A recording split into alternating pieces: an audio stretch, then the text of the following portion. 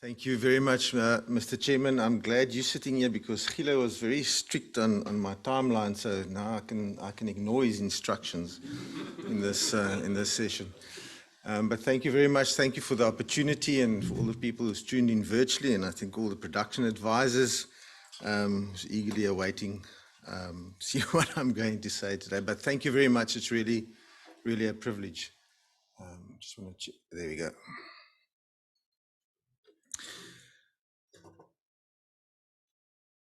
Mr. Chairman, you might have seen some of these slides in the last day or so, but really to start off with, we created a new look. We created a new look for what we stand for in terms of sustainability in South Africa.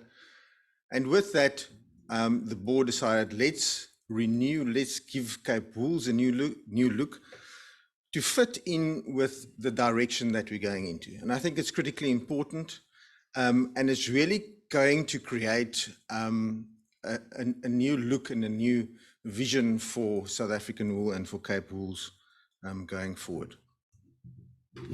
So let me start with why. And I just want to go back because this question sometimes still comes up. Why? Why did we start this process?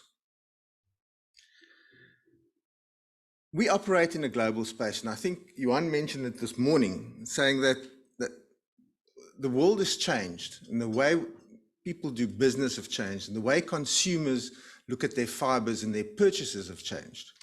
And we've got to adapt to that.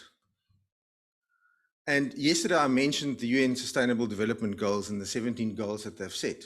And we have to go back to that and look at what are we doing to really fit in with those goals? And is our strategy aligned with those development goals? And this slide I showed a year ago, probably more than a year ago.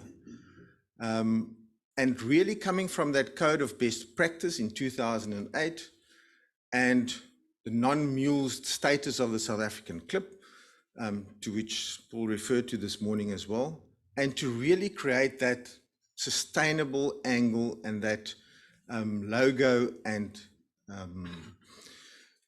targets that we set for the industry. So, and that's really where it all started. And I think it's important also to note that we created that shift from a declaration to an assessment. And the whole strategy was to keep it focused on the risks within the industry. So critically important for us as a South African standard and an industry, what are the greatest risks that we want to address within the standard? And we mustn't forget that brands look for trust. So they look for trust within a value chain, within a market, and wool in itself is a brand. And they look for transparency. So if you want to give that to the brands, what do? We have to give them a sustainable, traceable, trustworthy supply chain.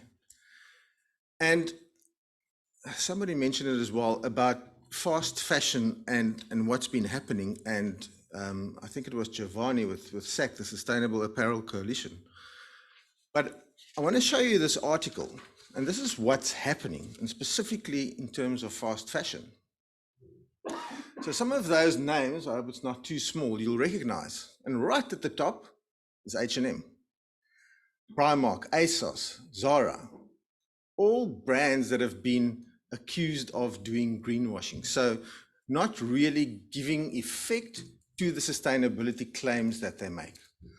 So what do we want to do as an industry, as a South African wool industry, is to give or make sure that any brand can buy South African wool with confidence. And I want to go back because this is very important and a huge risk for the wool industry. But the European Commission has set up the product environmental footprint. And I think Giovanni referred to it, and really the disadvantage that all natural fibers all natural fibers will be exposed to. And it's really critically important because, and here the IWTO plays a very, very important role. But this is basically the structure of the PEF and the decision-making process. And at this point in time, oil-based fibers are really at the top and performing the best. And if this had to be introduced now, wool would be at a huge disadvantage. So every lobby opportunity that we get and the work that the IWTO does is extremely important. But in that, we have to look back at South Africa and what we need to do and consistently do well to give that assurance to the brands. And it's quite ironic because if you look at on the other side of the globe, what's happening and what's been happening in Australia, it's just frozen.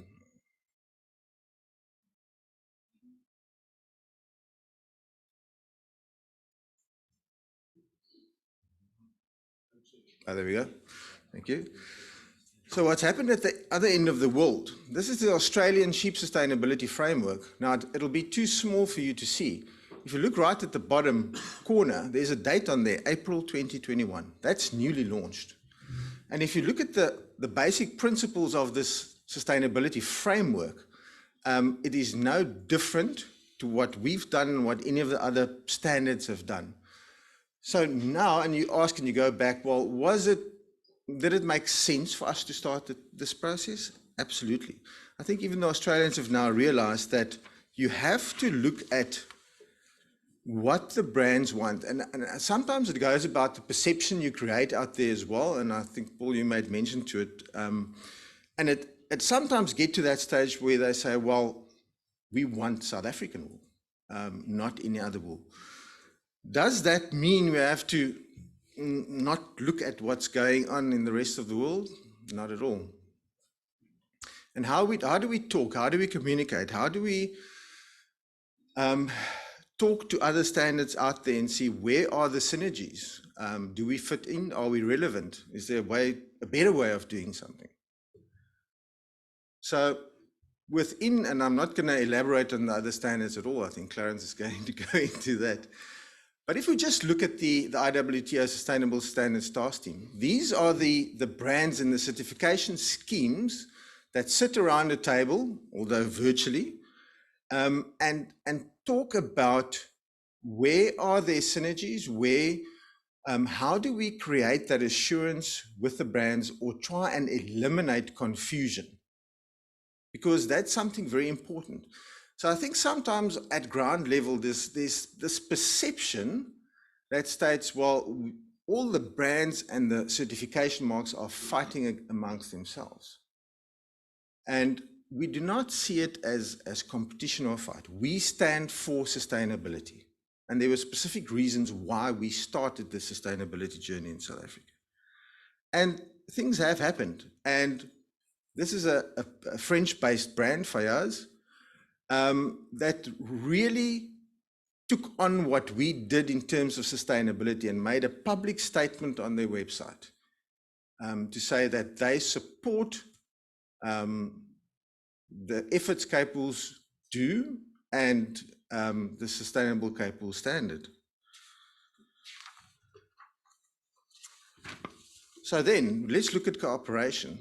We've gone into an agreement, and I spoke about this yesterday with Abelusi Wool, and this is a standard. We agreed with Abelusi to harmonize and really see where there is value in for the value chain and also for the farmer.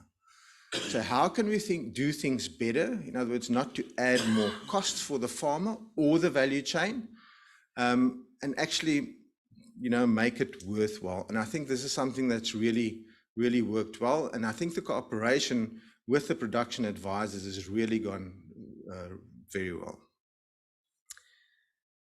Mr. Chairman, then we are having ongoing discussions, and unfortunately I can't elaborate too much at this point in time, but with AWEX and specifically with Sustainer Wool, where practically in the value chain there is issues with regards to certification, and where in a lot of the combing lots we find that South African wool makes up a big portion of those lots.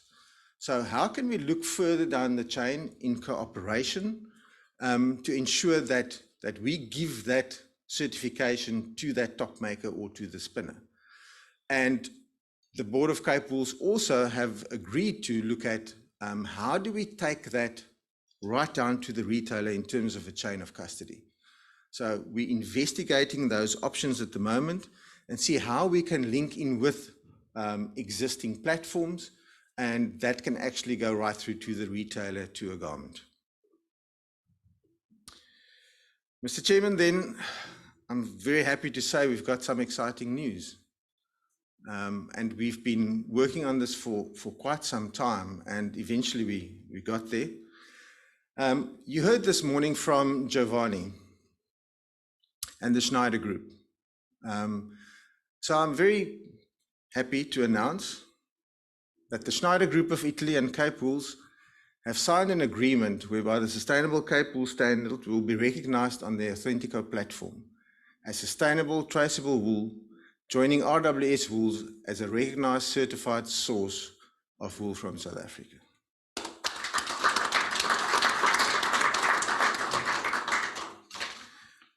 So I think this is a huge step forward.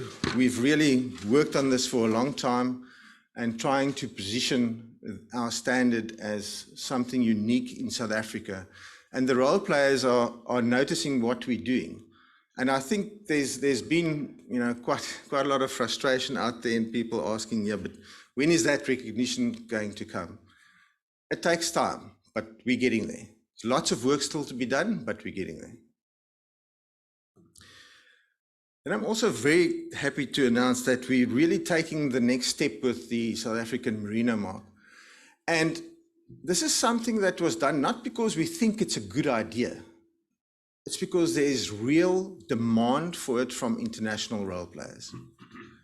And it comes right back to that point again. People want to identify South African wool, not just as mules-free. They want to be able to put a tag on it and say, this is South African wool.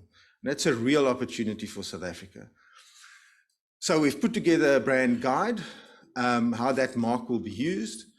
We've decided to start the registration process of the Merino mark internationally in identified countries. So that process has now started.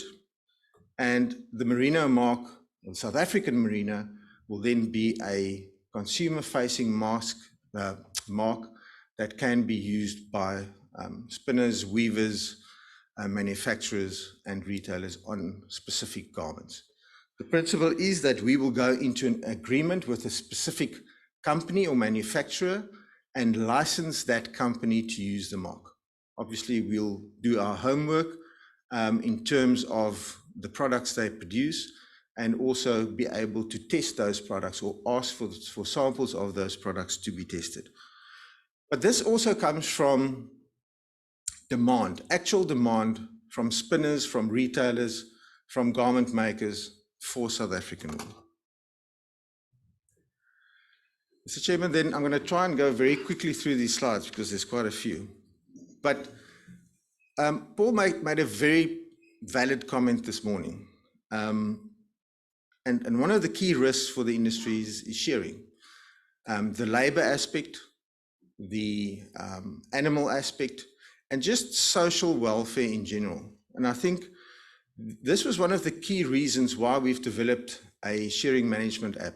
So it's a complete system that once again links into the Cape Wools database, but it will basically start right from a database of shearers. At this point in time, I think we've uploaded 4,800 shearers into the database. Every shearer that's been trained, that's received certification, will go into this database. And I'm going to run through it very quickly because it's really a tool from the contractor to the farmer right through. They can build their own shearing teams. You can see the registered institutions that can train. The instructors can use that management app. They can put a new instructor into that system. They'll be able to see the qualification level of every shearer. There'll be a shearer directory. So at the top there, you can see unallocated shearers, employed shearers, and permanent shearers. Obviously, as soon as that shearer moves into permanent, only the company that employed him can see him. He will disappear off the list. And so, each contractor that logs in can only see his own details. We can do course management. They can select their attendees from that database or insert new ones. And then the shearing team manager can build his team. And you'll see there on the side, I'll go through it now, but there you'll see the shearer listings, the available shearers. Then the producer can actually, on the app, request a team to come and shear. So you can say whichever his broker is, BKB, OVK, or one of the independent contractors, and actually request a team to come and shear. And this is very important because we've agreed to standards, I say we, both the wool industry and the mower industry, on what the minimum requirements are for shearers to come onto the farm in terms of accommodation and holding pens, etc., that are needed. So on this app, the farmer can rate the team, he can rate the individual shearer, and he can rate the team. But the team can actually also rate the farmer in terms of the requirements that the shearing teams need to have. So it's really a critical tool in building up that database that we need. So it's all linked into each other. The vendor declaration itself is linked to the app, and that is once again linked to the assessment forms. So all the questions that you see within this app is duplicated in the assessment. So whether you do it separately or together doesn't matter. It's all linked via your producer number. So there you can see this is the mobile app for the producer. This is what it looks like. And if you go to the Android Play Store, you'll actually find it. It is now live on the Play Store. So that's where the login will be. Kobus, I see you take your phone. If you go to the Play Store and you put in Shearer Management System, it should be about the third one that comes up. So it's already live on the Android Play Store, which is really positive.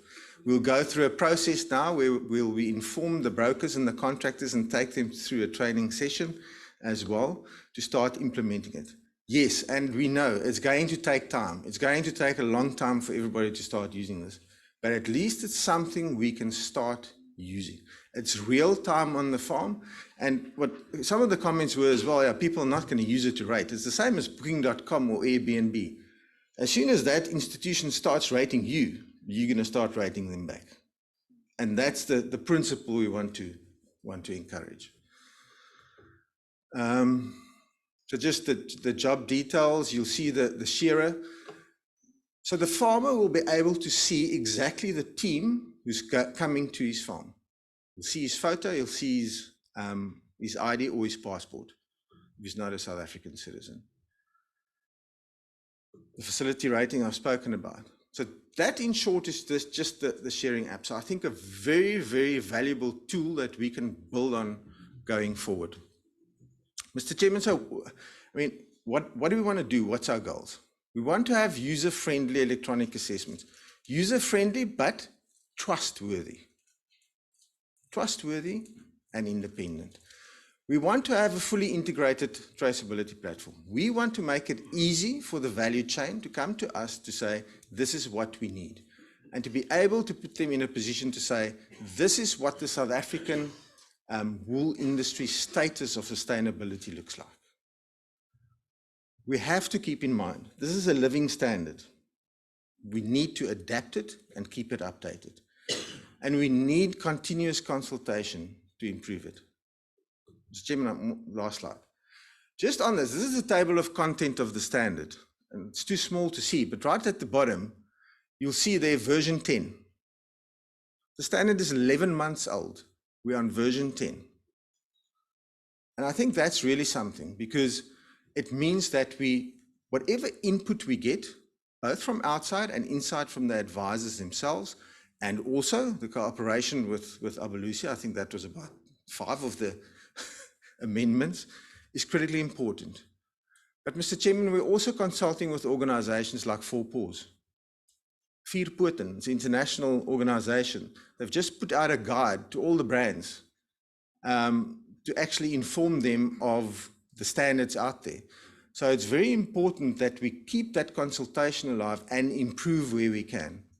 So I'm very happy to say that we've really had very good interaction with Four Paws, and they're really not a, got to choose my words, but they really understand the fiber business, and that's critically important, but they have that authority with the brands.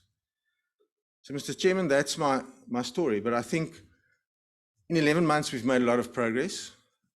We've had tremendous support from the buyers, from the producers, and the production advisors themselves.